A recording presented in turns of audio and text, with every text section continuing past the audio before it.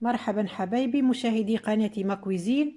اليوم جبت لكم رسالة مشروب الزنجبيل والحامض والكركم مع الفلفل الأسود. لها فوائد عديدة، وخاصة الزنجبيل يساعد في علاج التهابات الحلق والبلغم والسعال والجهاز الهضمي وأمراض الزكام والبرد، ويخفف حالة الغثيان والدوران وينشط الدورة الدموية.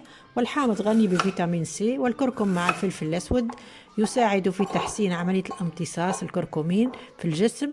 ومادة الكركمين تلعب دورا هاما في حرق الدهون وتنظيم مستوى السكر ومنع ارتفاع الأنسولين المفاجئ وإزالة السموم من الكبد. إذن نمر مباشرة إلى طريقة التحضير ولوازم الوصف. نحتاج قطعة من الزنجبيل، واحد حامض، وواحد عصير حامض، واحدة برتقال، ملعقة صغيرة من الكركم، ورشة من الفلفل الأسود. نقوم بتنظيف قطعة الزنجبيل مثل ما شاهدتم وتقطيعها، ثم نقوم بتنظيف الحامض، نظفوها مليح، نحيو القشرة البيضاء ونحيو القلوب، خاطر القلوب زدا مرة نحيوها. كذلك بالنسبة للبرتقالة، ثم نضعهم في الخليط الكهربائي ونضيف لهم عصير الحامضة، ثم نضيف ملعقة صغيرة من الكركم، ثم رشة من الفلفل الأسود للمساعدة على امتصاص الكركمين من الكركم.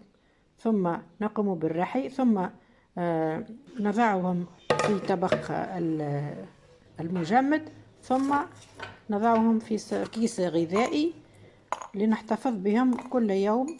نأخذ قطعة في كأس من الماء الدافي، من الأحسن قطعة من ذلك العصير في كأس من الماء الدافي، نخليها تذوب ونصفيها ونشربها على المعدة فارغة صباحا، على المعدة فارغة.